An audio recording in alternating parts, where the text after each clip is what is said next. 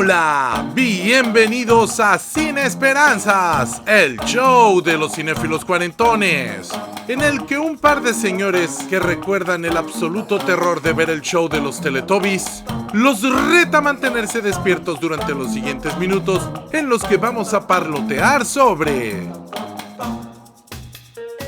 28 Years Later, The Bone Temple de Nia Da Costa.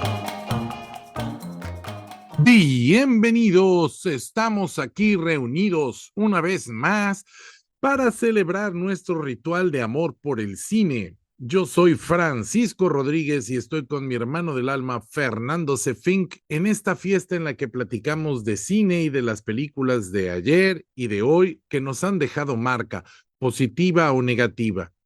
En esta ocasión, vamos a masticar la segunda parte de una trilogía que se está formando desde el año pasado, 2025. De Nia Da Costa, 28 Years Later, The Bone Temple.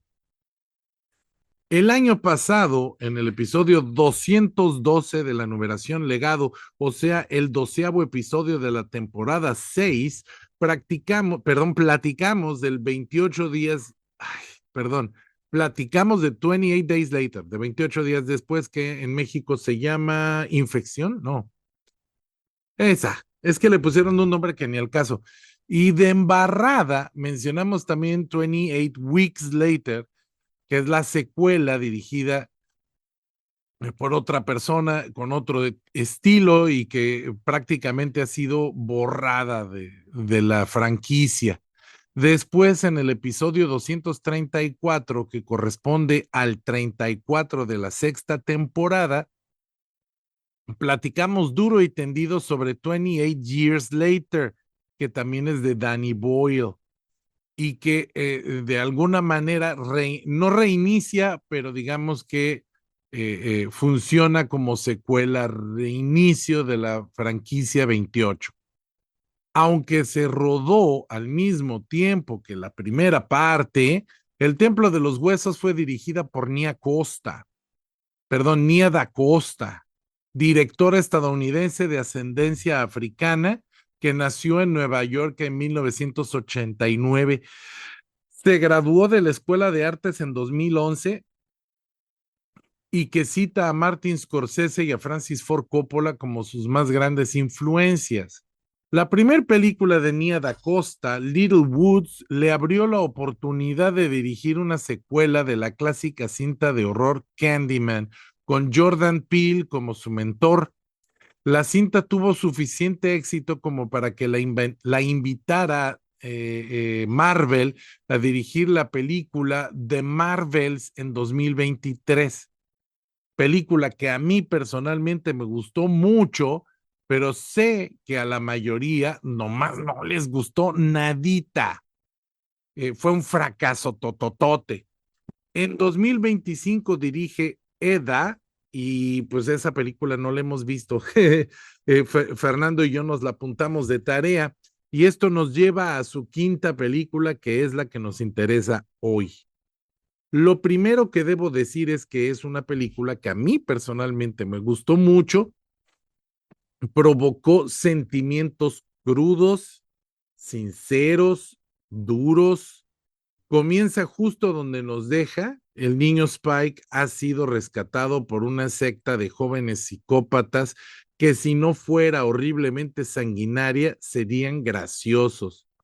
Los dedos son dirigidos por Sir Lord Jimmy Crystal, personaje que vimos al inicio de la película anterior cuando era un niño y su familia entera fue asesinada por los infectados.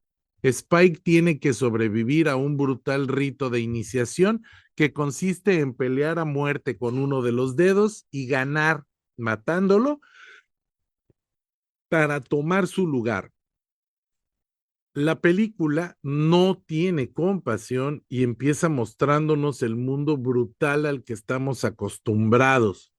Pero esta vez la locura no se debe al virus Rage, sino a esta juventud que ha visto y hecho lo indecible para sobrevivir. No son soldados corruptos como en la primera, ni son bestias superpoderosas, monstruosas y deformes como en la tercera. No es el ambiente contra la persona, son chamacos que crecieron en el infierno y que están, sus mentes se han vuelto crueles y deformes en función de los horrores que les ha tocado experimentar y vivir y lo normalizado que ha sido para ellos la violencia y la ira la salvajada.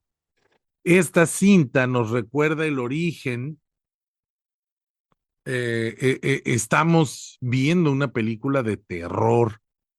Si hay un mensaje político, filosófico o poético, este deberá supeditarse al horror, al impacto, al choque.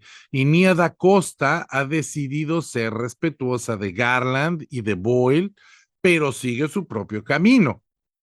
Hay momentos que a mí me resultaron casi intolerables y mi pobrecita mujer Carolina sufrió muchísimo y yo también, pero ella un poquito más, porque hay situaciones de tortura y de crueldad que son muy gráficas, que son banderas rojas en el mejor de los casos.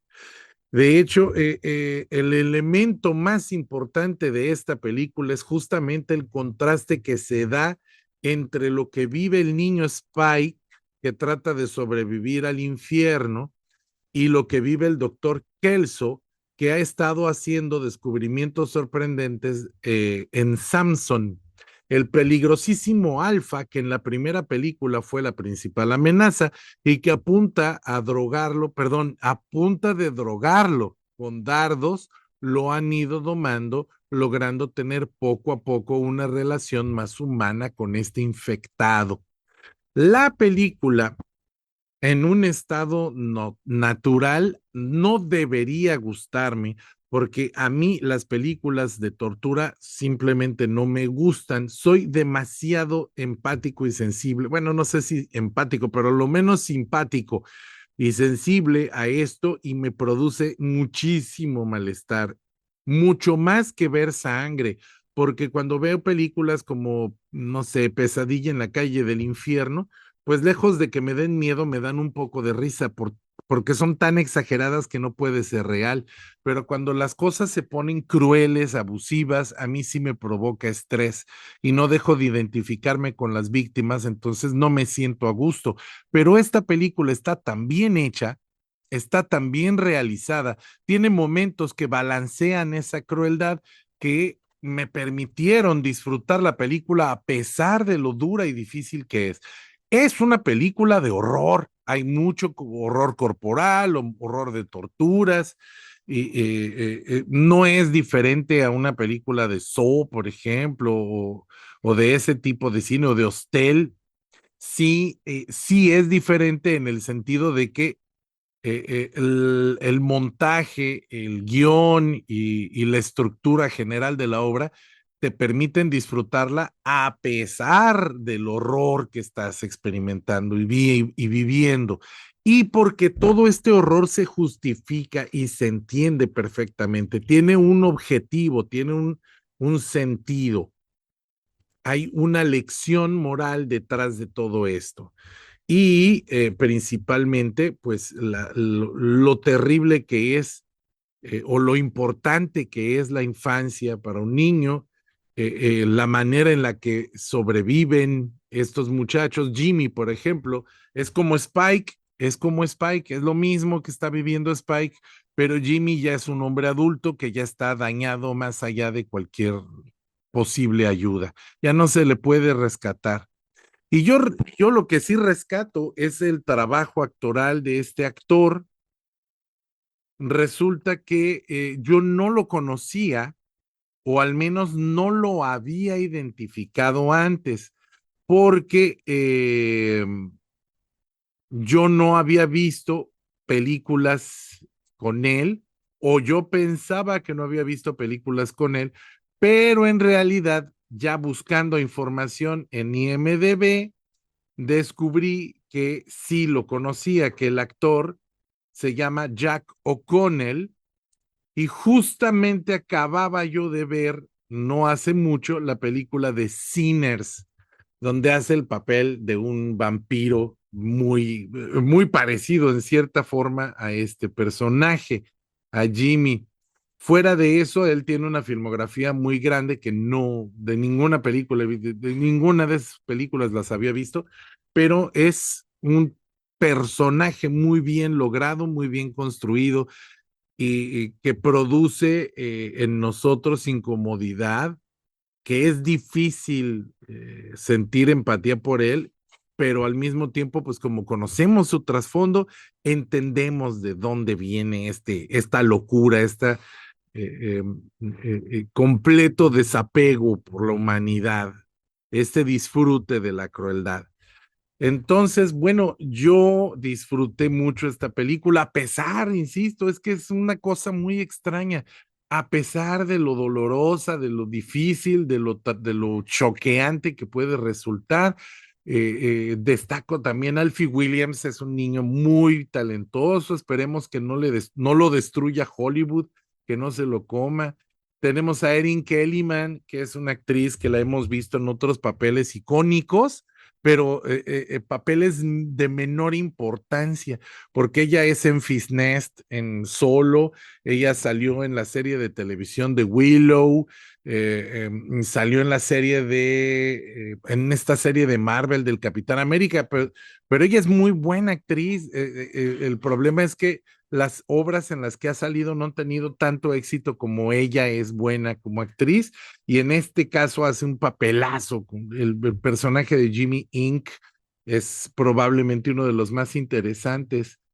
Tenemos también que destacar el trabajo, por supuesto, de Ralph Fiennes o Fiennes, que se lleva la película, de nuevo se roba la película y se la lleva debajo del brazo sin ningún cuidado, pero también Chi Louis Parry, que hace de Samson, y que se la pasa encuerado toda la película, pero que es con ese físico que tiene, transmite la información que tiene que transmitir, o sea, tiene ese talento como de mimo, de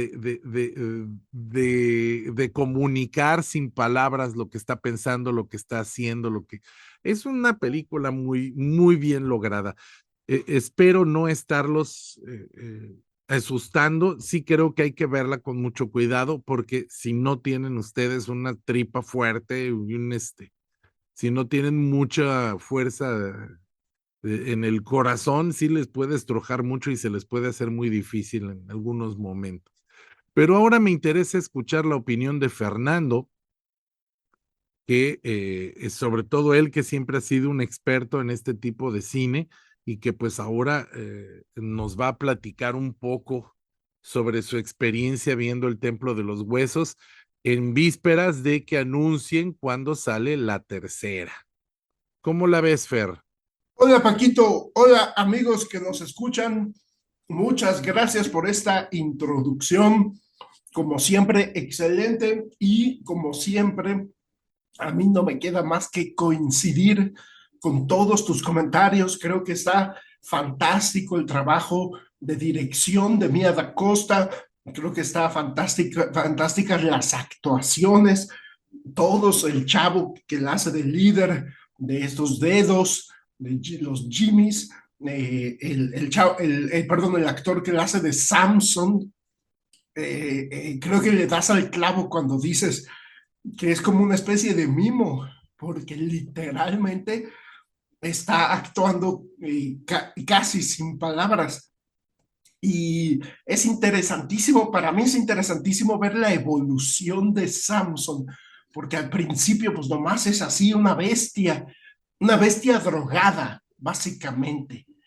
Pero poco a poco vamos viendo que el doctor, interpretado por Ralph Fiennes, el doctor Ian Kelson, va teniendo cierto impacto sobre la mente de Samson, como que empieza a dar como muestras de entender lo que está pasando a su alrededor, de entender un poquito las intenciones del doctor Kelson. Y eso se me hace interesantísimo porque pues lo contrasto como tú dices, los militares corruptos de la primera película que tenían a un infectado cautivo, encadenado, y que solamente querían saber cuánto tiempo tardan los infectados en morirse de hambre.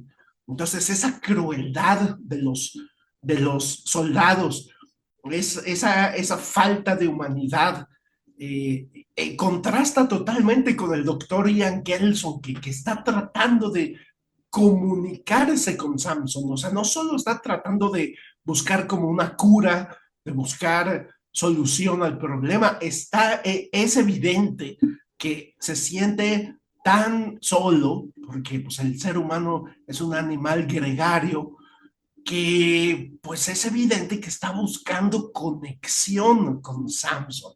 Y todas estas secuencias con la música, con los discos de vinil que tiene Ian Kelson, y esa interacción con Samson que se siente como pacífica. Hay momentos contemplativos donde se siente esa paz de dos seres humanos que están sentados uno junto al otro compartiendo un momento. ¿Y cómo contrasta eso con esta violencia que nos mencionas, tan brutal, tan sanguinaria, de los Jimmys, que en efecto al principio pareciera que está uno viendo una película de esas del género que le llaman torture porn, porno de tortura? Que yo quiero aclarar que yo no pienso que The Texas Chainsaw Massacre sea una película de ese género, aunque hay toda una secuencia de tortura, principalmente psicológica, a esta chica, pero creo yo que La Masacre de Texas tiene su buena dosis de humor, así como tú mencionas Pesadilla en la calle del infierno, que tienen mucha sangre, pero también mucho sentido del humor. Pienso yo que La Masacre de Texas, aunque no lo parezca a simple vista, tiene mucho sentido del humor y del absurdo y de la caricatura, lo cual la salva de ser ese torture porn que se puso tan de moda a comienzos de este siglo. Pero esta película, cuando comienza, híjole, sí llama la atención y uno se pregunta, ¿será que Mia da Costa se decantó por ese género? Pero para mí fue una gran sorpresa darme cuenta de que no, de que estas escenas de tortura están encaminadas a generar mayor empatía por el pobre, por el pobre niño, se me fue su nombre ahorita, a ver, Spike, por el pobre de Spike, desde su secuencia de iniciación de la pelea a muerte hasta presenciar estos actos de crueldad, de violencia física tan descarnada. Creo yo que Mia da Costa y Alex Garland juntos lo que hacen es meternos desde muy comienzo la idea de que este chico es despreciable, el líder de la secta. Meternos, o sea, dejarnos bien claro quién es el verdadero malo de la película, porque tú lo ves y está totalmente fuera de la realidad. O sea, el, el, el, o sea, su manera de manipular a los chicos, uno pensaría, pero ¿por qué le resulta tan fácil? ¿Por qué diciendo estas ahí frases rápidas, tan banales, cliché, logra lavarles el cerebro? Y creo que tú le das al clavo, Paquito, cuando dices, pues es que son niños que se criaron en el infierno. Entonces, para ellos necesitan algo de donde agarrarse, una deidad. Y este chico, el Jimmy, este, se me fue su nombre, el nombre del personaje, pero el principal de los Jimmys, pues les da una deidad. O sea, cuando habla de Satanás, no me acuerdo cómo se refiere a él, creo que Old Nick, y les vende la idea de que de que Old Nick se comunica con él, de que les tiene esta misión de ser violentos, de ser casi como los drogos de la naranja mecánica, o sea, que nada más andan por ahí viendo cómo ejercen la ultraviolencia y y creo yo que el contraste con el personaje de Ralph Fiennes y la empatía que sentimos por Spike son la clave, así como por la chica, por supuesto, la chica que se hace amiga de Spike. Creo que todo ese triángulo de personajes, el malo, el bueno y el inocente, el niño, creo yo que ese triángulo de personajes nos va llevando a lo largo de la película hacia la inevitable conclusión, que me parece que lo hacen de manera magistral, porque uno sabe que tarde que temprano se van a juntar, uno sabe pues que no es de a gratis que estamos viendo en montaje paralelo dos historias totalmente distintas dentro de un mismo universo y dentro de una zona geográfica que se nota que están muy cercanos.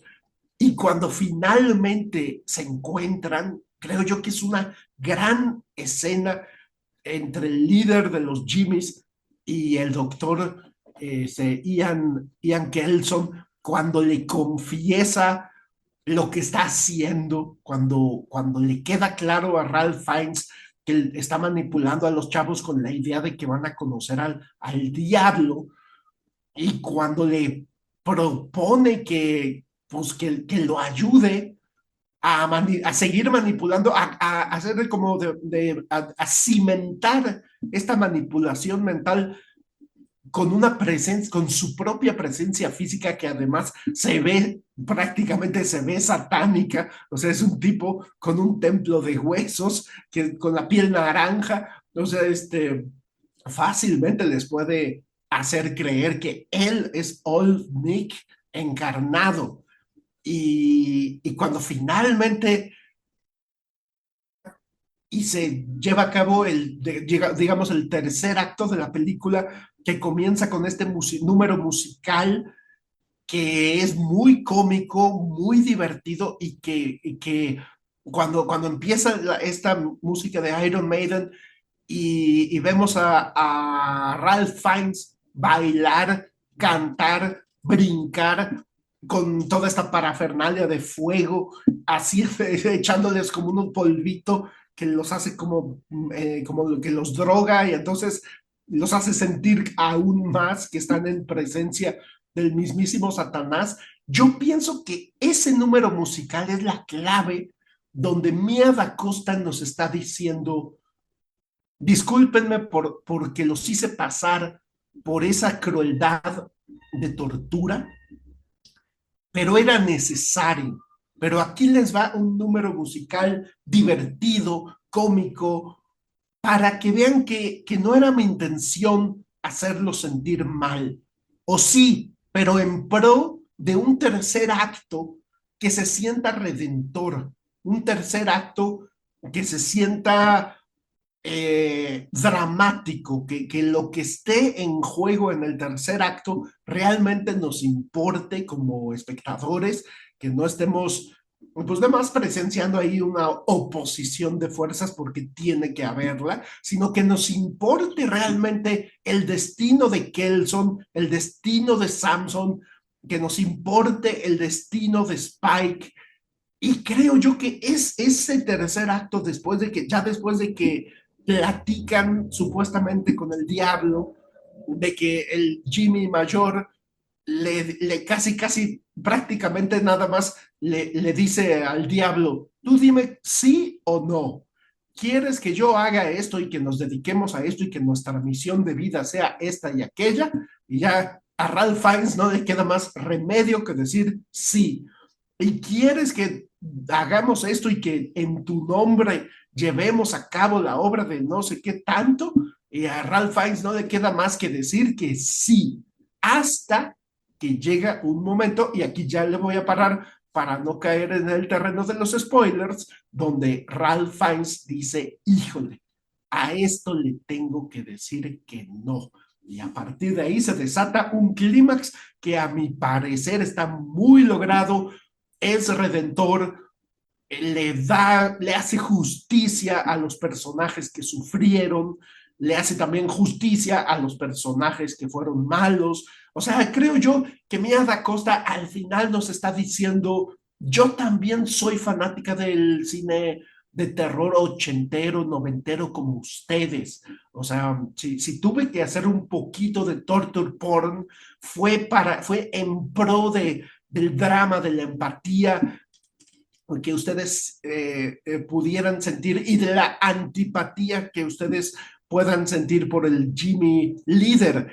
Pero la película después se va por un rumbo tan distinto y termina con un clímax tan eh, dramático, a mi parecer, un clímax tan, valga la redundancia, climático. Creo yo, son pocas las películas donde, perdón, la palabra es catártico. Son pocas las películas donde la resolución del drama se siente tan catártico y uno se siente tan emocionado como en una película como esta, que yo sentí que tenía 7 u 8 años y que estaba viendo una película ochentera de aventuras. Así de emocionado me sentí, creo yo, así de lograda está la película. Pero bueno, yo con esto concluyo mi primera participación y le devuelvo el micrófono a Paquito. Muchas gracias, Fernando, por tus insights. Tú que eres un experto en el género, pues tienes mucho peso. Tu palabra tiene mucho peso en esto. Ahora yo quisiera platicar un poco sobre el tema de la película. Yo planteo la posibilidad de que nos están planteando dos caminos. Uno es el camino de la inhumanidad, es decir, son 7 niños, bueno, un adulto y 6 niños que han perdido por completo la empatía y el sentido humano. Primero, porque se creen superiores a cualquier ser humano. Segundo, porque le han perdido el respeto a la vida, le han pedido el respeto a la cooperación humana y sobre todo el sentido humano de reconocer en el otro a una persona que sufre. Eh, para mí es muy importante una secuencia en la que están en la mesa de una familia y la familia está aterrorizada y Sir Lord Jimmy Crystal está conversando sobre es el último recuerdo feliz que tuvo, que es los Teletubbies, y cómo no ha superado a los Teletubbies y ese sentido del humor pueril de niño chiquito, de niño pequeñito. Y eso nos habla mucho de que ese es el último vestigio de humanidad que le queda a este niño asustado que le tiene tanto terror a la humanidad que ha decidido convertirse en victimario para no ser víctima, pero al mismo tiempo que maltrata a los demás, pues él mismo se vuelve una víctima de sí mismo. Y podemos ver cómo estos personajes, estos dedos han hecho de eso una forma de vida. La niña de la que les hablaba en mi comentario anterior, es Jimmy Inc. Es una muchacha que ha vivido tantos horrores que en algún momento ella le dice, porque ella empatiza mucho con Spike y ella le dice, ¿por qué te quieres ir? Y él le dice, a donde sea, menos aquí porque es horrible. Y ella le dice, es que si puede ser peor que estar en esto, si puede ser peor que estar en este grupo. Entonces imagínate los horrores que ha visto ella para que ese grupo se haya convertido en algo deseable. Sin embargo, en el otro lado de esta ínsula que vivimos, está el doctor Kelso, y ese doctor nos está enseñando el camino completamente opuesto. Una persona que no perdió su humanidad, una persona que por el contrario es tan humana que reconoce la humanidad hasta de un infectado que pues para muchos ya se convirtió en un monstruo, es un monstruo, no es una criatura, y él hace lo que nadie ha hecho en todas las trilogía o la pentalogía de películas que hemos visto. Él los empieza a ver como personas que están enfermas, porque él es un médico y él hizo un juramento hipocrático que se tomó muy en serio.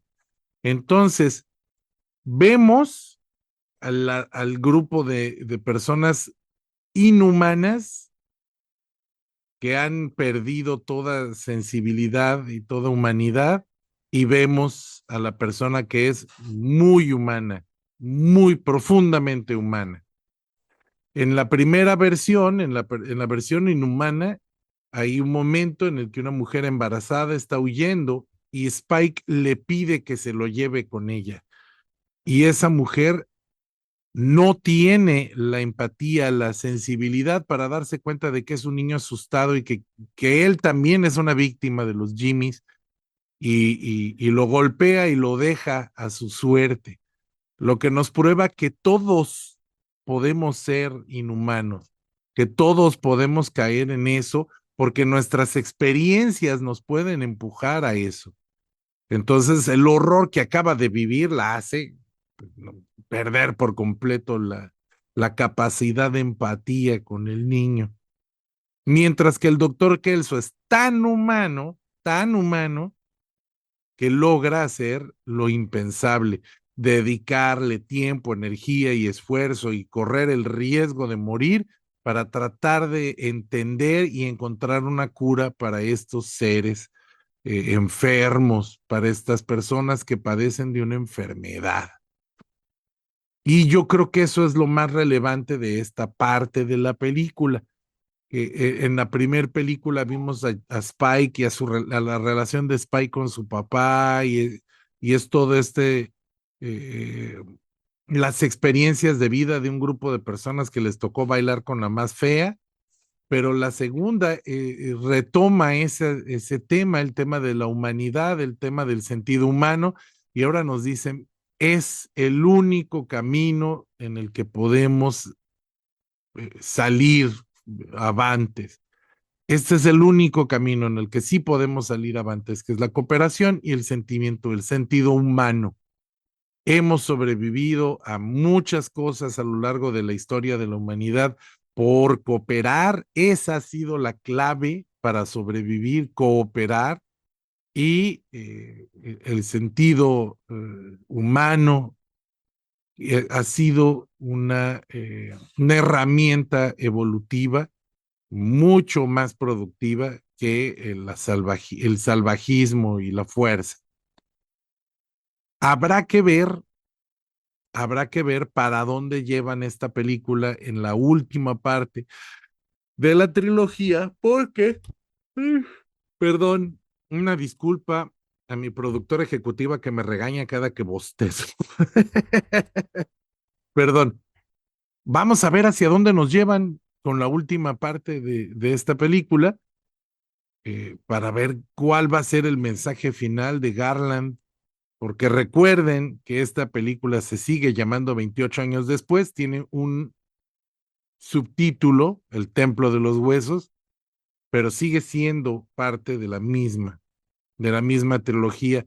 Y yo creo que ya no es spoiler decirlo, pero si usted no se quiere enterar, párele aquí, pero es la película que se conecta con la primera. Es la película que conecta a todas las anteriores con la primera película. Entonces eso también le da mucho valor. Voy a devolverle el micrófono a Fernando para que haga su segunda participación y en mi última participación mandaré todos los saludos y todos los abrazos pertinentes.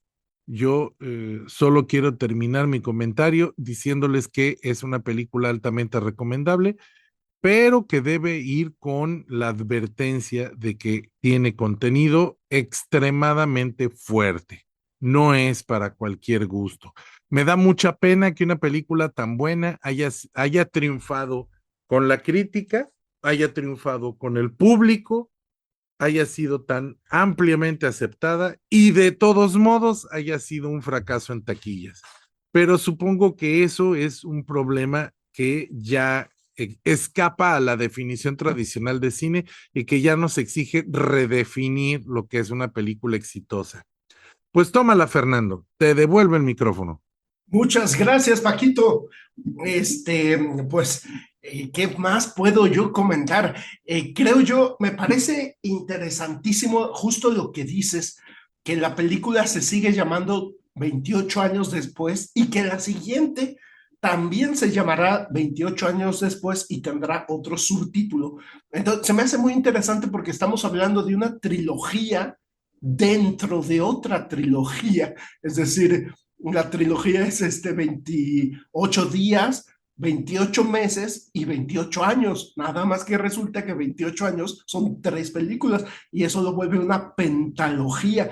Y se me hace, a mí me encanta cuando los autores originales de una obra regresan a ella muchos años después y resulta logrado el producto, resulta novedoso, resulta emocionante, resulta incluso ajustado a la nueva época, como fue el caso de la película de Rocky Balboa, que nos presenta una situación claramente inverosímil, pero que nos la vuelve verosímil, o el caso de pues justamente en el capítulo anterior hablamos sobre la trilogía de Before Sunrise y cómo los guionistas, Julie Delpy, Ethan Hawke y Richard Linklater hicieron secuelas, dos secuelas, y cómo lo bien logrado que está el asunto, y creo yo que la clave está en ir más lejos, no quedarse en la mera nostalgia, sino en llevar la situación a los extremos, a otros extremos, pero que resulten lógicos. Y yo pienso que Alex Garland y Danny Boyle le dan al clavo con esta trilogía. Me parece interesante también lo que mencionas de que 28 años después nos presenta ese mundo de los que les tocó bailar con la más fea y pues de una sociedad que está tratando de sobrevivir lo mejor posible a, pues a este apocalipsis zombie o post-apocalipsis zombie, pero en cambio esta segunda película, como nos muestra lo contrario, un hombre solitario por un lado y una comunidad una secta de gandallas, o sea, de asesinos. Y también se me hace muy interesante lo que tú dices de es tan humano el doctor Ian Kelson, es tan humano que pone en riesgo su vida con tal de buscarle una cura a Samson. O sea, no solo está tratando de conectar con él para ver si se consigue un amigo, sino realmente está experimentando con él. Y cuando me pareció muy acertado el uso de los psicofármacos, cuando finalmente se avienta a experimentar con un antipsicótico, porque se me hace muy interesante porque dices, pues sí, pues desde la primera película nos están diciendo que están infectados con rabia. Entonces, ¿qué tal que parte de esa rabia está en una cuestión neuronal, neuroquímica, que pudiera parecerse a la psicosis?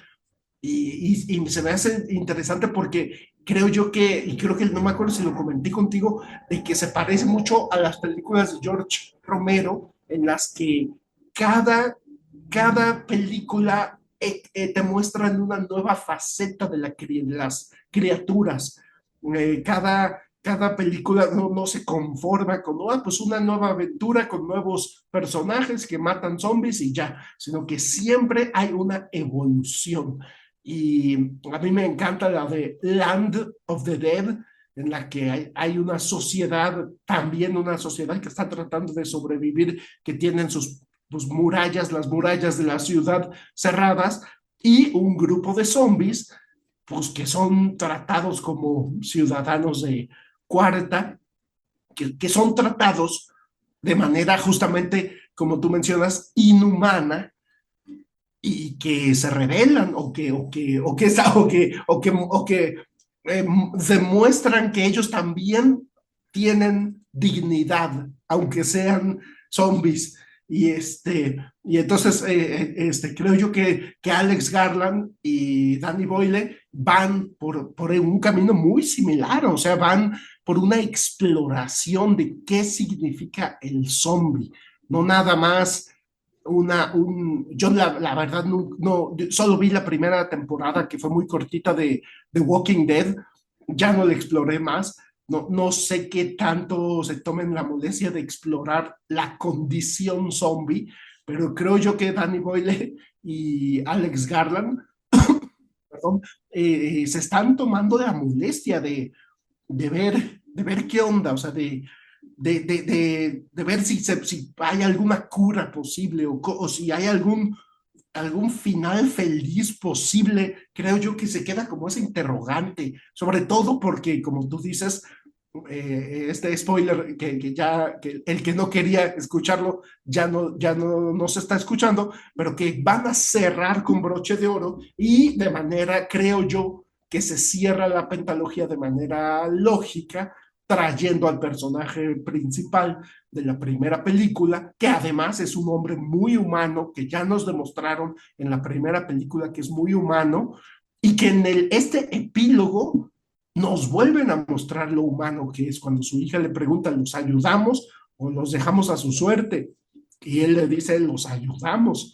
O sea, va a poner en riesgo esa protección y esa seguridad que tiene con su propia hija, y van a ayudar a estas personas que están huyendo de los infectados.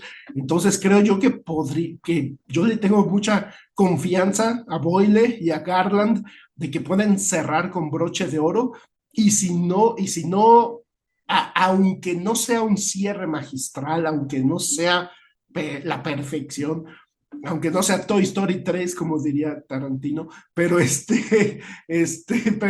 pero creo yo que sin duda algo interesante van a hacer. O sea, como tú dices, Paquito, están tratando de hablarnos sobre temas humanos con esta saga, ¿no? Se están conformando con asustarnos.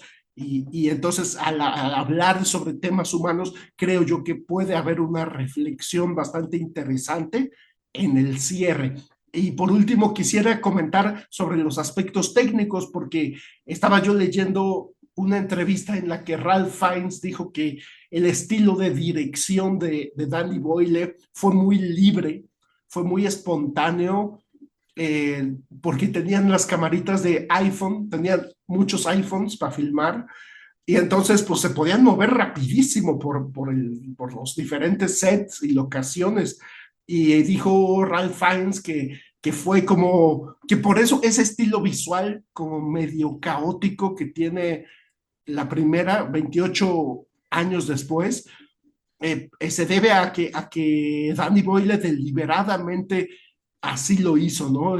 Con un estilo hiperkinético, con una edición que muchas veces de repente resulta caótica. Estas microcortes que hace Danny Boyle, que resultan estridentes, que te sacan de onda, que te estresan. Dijo Ralph Fiennes que contrastó mucho eso con el estilo de dirección, y además incluso hasta la cámara fue totalmente diferente. Mia Da Costa utilizó una Arri Alexa 35 digital, o sea, es decir, una de las mejores cámaras que puede haber, para filmar una película hoy en día en digital, de lo más profesional que puede haber, y sin ese estilo hiperkinético, sin esa dirección tan espontánea, dijo, había mucho más planificación de dónde íbamos a poner, dónde iban a poner la cámara, y le dijo la directora, nos permitió explorar mucho más las actuaciones con los close-ups, hubo mucho más tiempo de explorar la escena, y eso creo que eso se registra muy bien. O sea, creo que es muy palpable como la primera película, incluso hasta en el guión, como que de repente se siente raro que la primera mitad es una cosa, la otra mitad es otra cosa, eh, sin decir que la película esté fallida, pero sí a mí me sacó de onda 28 años después, la tuve que volver a ver, la volví a ver porque me dejó como confundido en cuanto a su estructura, y la volví a ver como una semana después de que la vi por primera vez, y ya como que dije, ah, ok, ya le agarré la onda, pero creo yo que 28 años después, El Templo de los Huesos es más convencional, una película mucho más tradicional que no deja de tener su innovación por esta cuestión de narrar a dos personajes por separado y después juntarlos, pero creo yo que en todos los sentidos se siente como una película más tradicional, e insisto, el tercer acto hasta lo sentí como un poquito como ochentero. Pero bueno, yo con esto termino mi segunda participación y le mando un abrazo a Carolina González, que es nuestra productora ejecutiva, a su hijo Mario Humberto, por supuesto, un abrazo y agradecimiento a Paquito, y un abrazo y agradecimiento a usted que nos está escuchando.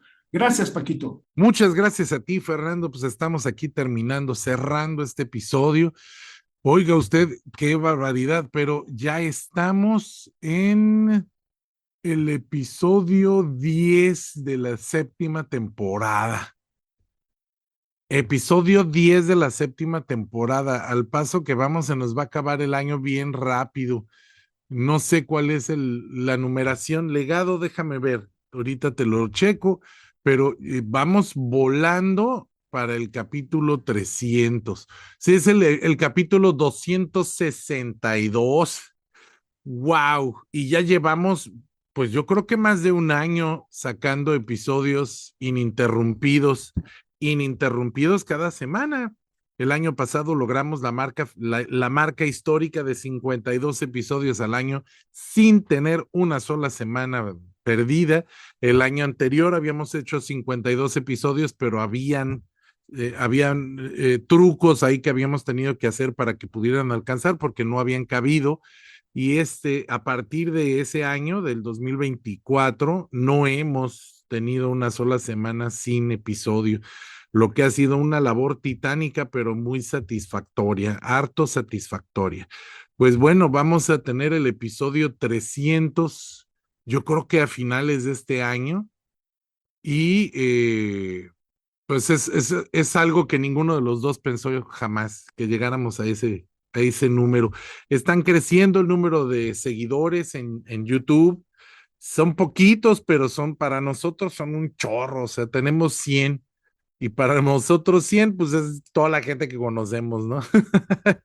Así que quiero mandarle un abrazo y un saludo a los sospechosos comunes, pues a estas personas que nos comentan, que nos comparten, que conversan con nosotros, a Briseidi Torres, a Abraham González, a Omar López, a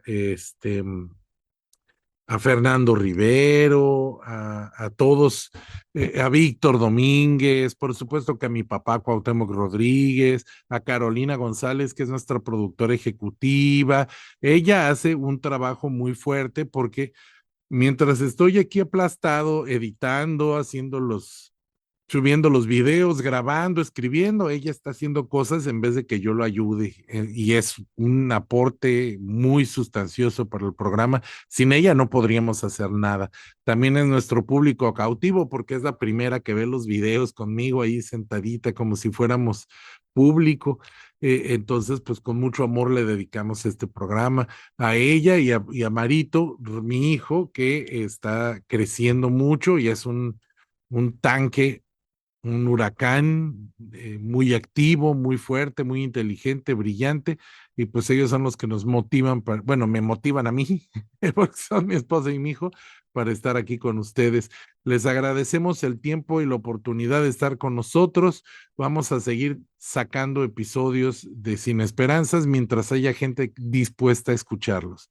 Yo soy Paquito Rodríguez y esto fue Sin Esperanza. Hasta la próxima.